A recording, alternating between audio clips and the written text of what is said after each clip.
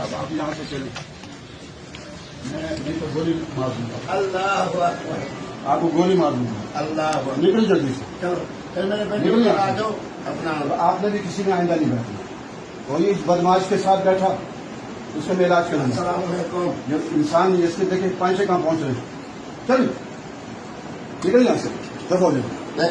पूरे मुल्क में जहाँ मेरे इसको कोड़े लगा जाए, इस बदमाश को, ये खुद कहता है मैंने बहुत सारी शादियां की हैं। मेरी जूती वहाँ पड़ी है।